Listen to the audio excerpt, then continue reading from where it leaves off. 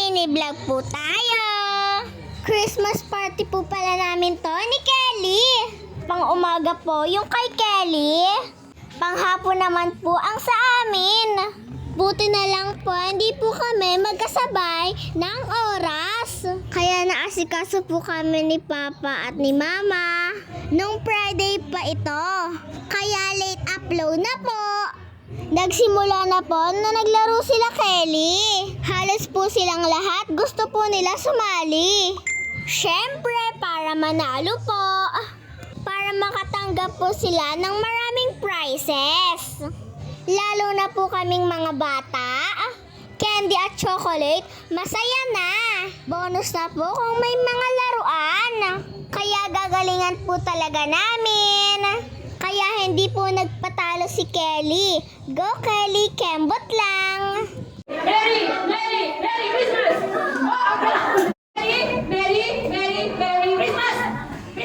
Christmas! Christmas! Merry Christmas! Ay, tingnan yung lane. Kasi yung lane yun ay matatagal. Okay, Christmas! Oh! Merry Christmas! Christmas! Merry Christmas! Merry Christmas! Merry Christmas! O, daming wala. Okay, ang itim. Siyempre, hindi po mawawala ang paagaw ni teacher. Kaya happy po ang mga kiddos.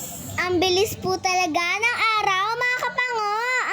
Parang kailan lang pasukan. Ngayon, mag-end of the year na po.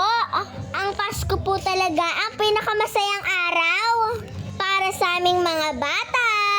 Marahil po siguro dahil makakatanggap po kaming mga bata ng mga regalo sa aming ninang at ninong. Pero lagi po nating tatandaan na ang tunay ng kahalaga ng Pasko na para kay Jesus.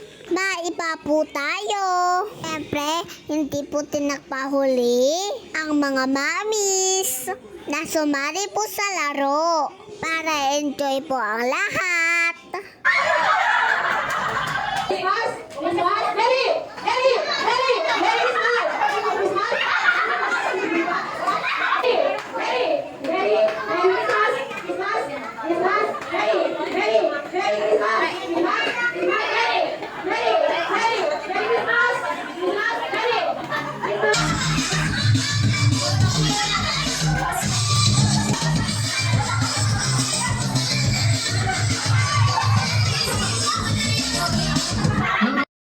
Salamat po sa mga mamis na nagbigay po ng papremyo.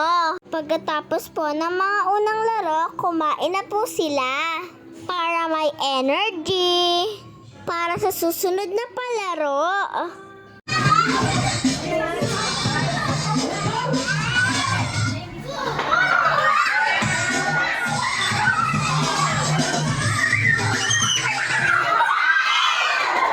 Nagbigay din po pala si teacher ng mga regalo para sa lahat ng kanyang estudyante.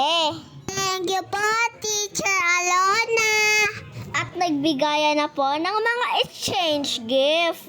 Kaya tuwang-tuwa na naman po si Kelly sa natanggap niya pang regalo. Huwag niyo po kaming kalimutan i-follow at i-share. Salamat po sa panonood!